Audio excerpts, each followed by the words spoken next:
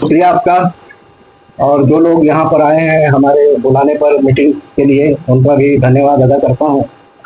और आपके चैनल के माध्यम से मुमरा वासियों को बताना चाहता हूँ कि पिछले इतवार को आपके यहाँ हम लोग आए थे कलीमुल्लाह साहब के ऑफिस में, और अनवर बच्ची साहब भी थे, जेबा फाल्के साहब भी थे, कलीमुल्लाह साहब थे, और शिव नारायण शर्मा जी थे, और ये सोनिका क्रांतिवीर भी थी। ये सभी लोग आए थे, और भी दानिश लांबे साहब थे, सलीम साहब थे, सब लोग आए थे फैक्ट फाइंडिंग के लिए। वो हमारा पहला विजिट था मुमरा का, और उसमें बहुत सारी बातें हो गई थी, लेकिन एक दूसरे से परिचित नहीं थे।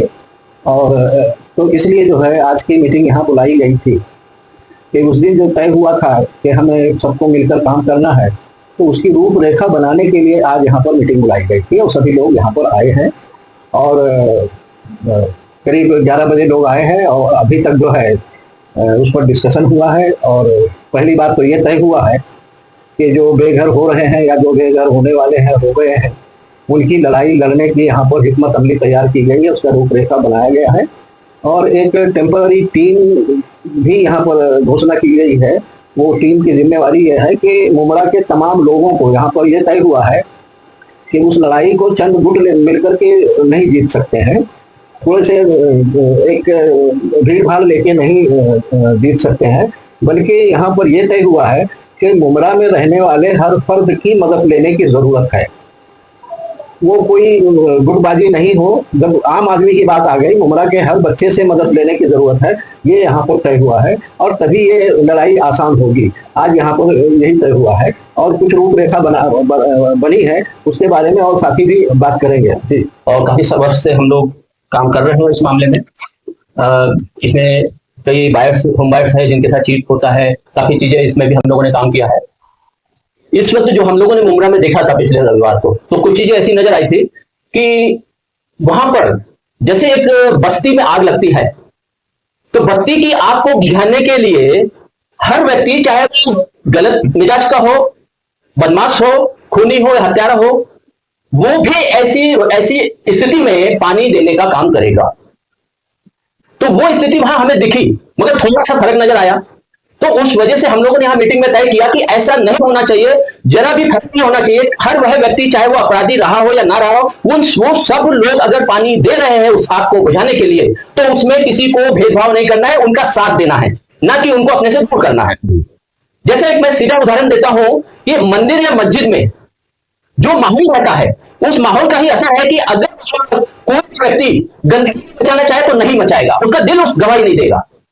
थूकना चाहता है मंदिर मस्जिद में, उस जगह पे नहीं थूकेगा, कोई उसको कोई इंस्ट्रक्शन नहीं है, कुछ नहीं है, मगर फिर भी उसका दिल गवाही नहीं देगा। वो माहौल ऐसा है।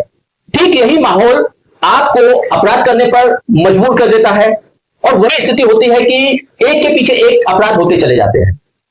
हमें उस मुमरा को नया मुमरा बनाना है, ये हमारी कोशिश है। तो यहां अगर कुछ ऐसा हुआ है जिसमें चाहे बिल्डर हो या आम जनता हो या टीएमसी के अधिकारी हो, आज उन सबकी गलतियों की वजह से मुमरा आज इस स्थिति में पहुंच गया है जो पूरी तरह उजड़ने की कगार पर आ गया है। हमें उस मुमरा को बचाना है, तो इन लोगों को अपराधी समझकर अपराध खत्म करने की जरूरत नहीं है। हमें अपराध खत्म करना है, अपराधी को खत्म नहीं करना है।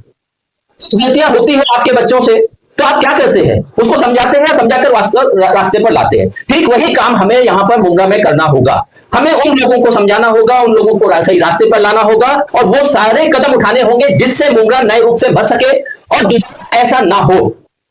तो इसके लिए हमने आपस में बैठकर तय किया है कि जो भी हाईकोर्ट, बॉम्बे हाईकोर्ट से जो ऑर्डर मिला है कि भाई तोड़ा जाए, तो उसे रोकने के लिए हम पहला कदम उठा देंगे इमीडिएट। वो कदम यह है कि जिन अधिकारियों ने, बॉम्बे हाईकोर्ट ने कैसे ऑर्डर दे दिया उसे अभी हमने पढ़ा नहीं, लेकिन फिर भी जो हमें मालूम पड़ा उसके अनुसार एक ऑफिसर ने लिख के दे दिया कि ये इलीगल बिल्डिंग है। एक ऑफिसर एक बिल्डिंग के लिए लिखता है कि मैंने ये बिल्डिंग तोड़ने का आदेश तोड़ा था और वापस बन गई। जब था तो क्यों था उसका भी कारण रहेगा, मगर बना कैसे था? क्या पूरा बन गया था? अगर पूरा बन गया था तो कैसे बना था उसका भी कारण रहेगा। तोड़ने के बाद कैसे बन गया तो एक दिन में कौन जिम्मेदार है इसका? तो वो सब चीजें हमें निकालनी पड़ेगी। उसमें खाली वहां की जनता जिम्मेदार नहीं है, ये अधिकारी जिम्मेदार नहीं है, या जिन लोगों ने जो बिल्डर जिम्मेदार नहीं है, बल्कि माहौल जिम्मेदार है। हमें उस माहौल को सही ढंग से प्रेजेंट करना है, सही ढंग से ये करके हम सुप्रीम कोर्ट से स्टे का ऑर्डर भी ला सकते हैं, और इसके लिए हमें उस समय की आरटीआई लगा के सारे जवाब हासिल करने होंगे, जिससे ये जो भी लिखा है वो सब वहीं पर रुकेगा, और अगले कदम जो भी बिल्डिंग रेगुलाइजेशन हो सकता है उसका करवाने की कोशिश की जाएगी, पेनल्टी लगेगी, पेनल्टी दिलवाई जाएगी, कौन भूलेगा उसका भी इंतजाम करवाया जाएगा। ये सारी चीजें उन्हीं के ही डॉक्यूमेंट को पढ़कर, उन्हीं के अधिकारियों, उन्हीं के वहां के लोगों के द्वारा, वहां की पब्लिक के द्वारा ही सारा काम करवाया जाएगा। तो ये सारी बातें आज हम लोगों के बीच में हुई है, जिसमें मैं सहमत हूं, और मैं ये सब चीजें शॉर्ट में, क्योंकि वीडियो ज्यादा नहीं होता है, मैं इतने शॉर्ट में इतना बोल सकता हूं। और जीत होगी अगर पूरा मुल्क एक साथ रहेगा, आप सबके सब एक साथ रहेंगे, सब एक साथ मिलकर ये नहीं देखेंगे कि ये अपराधी है या मेरा इससे मन भेद है, या मैं इसको नहीं मानता, या इसको मैं अपने सामने खड़ा नहीं करता। अगर ये सोचकर काम सहयोग करेंगे तो शायद ना जीत सके, लेकिन अगर ये सब दूर करते हुए, इसको देखे बिना कि वो कौन है, अमीर है, गरीब है, क्या है, ये देखे बिना काम करेंगे तो निश्चित ही मुमरा जीतेगी और नया मुमरा बसेगा। इसके बारे में सभी चीजों पे बात हुई, क्योंकि डॉक्यूमेंटेशन भी करना है, अभी इन लोगों के डॉक्यूमेंट पढ़ने भी हैं, ये सब चीजें करनी है, तो वो चीज अभी हम देखेंगे और फिर काम करेंगे। इसमें लोगों को अवेयर भी करना है कि कैसे क्या करना है। अभी ज्यादा तो मैं नहीं कुछ बता पाऊंगी, क्योंकि तय शर्मा जी ने काफी कुछ बता दिया है। अभी आप देखिए। अस्सलाम वालेकुम, नमस्कार मोइन भाई, और समझो आपके व्यूवर्स को मेरा सलाम। इस्माइल बाटलीवाला साहब से हमारे करीब 10-12 दिन से या 15 दिन से कांटेक्ट चालू है। तो गए संडे को आप इन लोग की पूरी टीम, मेरे ख्याल से करीब 20 लोग, जिसके अंदर वकील भी थे, जैसे भ्रष्टाचार के खिलाफ लड़ने वाले भी है, और एनजीओ वगैरह सब लोग थे। तो उन्होंने आके पहले समझे, क्योंकि उनको मालूमात नहीं थी, उधर आके मालूम कर लिए। फिर ऐसा तय हुआ कि हम लोग मीरा रोड आएंगे 2-4 दिन के बाद। आज उन्होंने दावत दी, हमको कबूल करके हम लोग की 6-7 लोगों की टीम आई, और किस तरीके से हमको काम करना है, क्योंकि हर किसी का अपना तरीका होता है। तो इनका जो तरीका है वो हम लोग समझ लिए, और उसके ऊपर डिस्कस हुआ कि आगे हमको डॉक्यूमेंट जमा करने हैं जो लोग रह रहे हैं। तो मोइन भाई और समझ भाई, सबसे पहला तो मैं आपके चैनल से एक बात बताना चाहूँ कि कुछ लोगों में ऐसी अफवाह फैला के रखी है कि हम लोग बिल्डर के खिलाफ जा रहे हैं। तो मैं आपसे क्लियर करना चाहता हूँ, बाटलीवाला साहब भी है, वो सब लोग हैं, और इनका कहना था कि बिल्डर भी हमारे साथ है, और हम जो बेघर हो रहे हैं लोग, उनका घर कैसा बच सकता है। ठीक है, जिस किसी ने क्या किया वो हमको नहीं देखना है। अब हमारा मुहिम यही है कि लोगों के घर कैसे बचे, कोर्ट में हम अपनी जो बाजू कैसे मान सकते हैं, इसी के ऊपर ज्यादा हमको फोकस देना है। ना हम बिल्डर के खिलाफ है, ना वो किसी के खिलाफ है। हमारा खाली एक ही उद्देश्य है कि लोगों के घर कैसे बचे। तो इसीलिए कि पीछे से ऐसी बात होती कि डॉक्यूमेंट जमा करेंगे तो फिर बिल्डर के खिलाफ जाएंगे, तो हमारा कोई भी ऐसा वो नहीं है कि बिल्डर के खिलाफ जाना है। मगर देखिए, सबसे पहला अगर हमको कोई डॉक्यूमेंट लगेगा तो घर का एग्रीमेंट, क्योंकि जिस आदमी ने अगर घर खरीदा है तो किससे खरीदा है, बिल्डर से खरीदा है। उसके बाद ही फिर आधार कार्ड, पैन कार्ड सब ये आएंगे।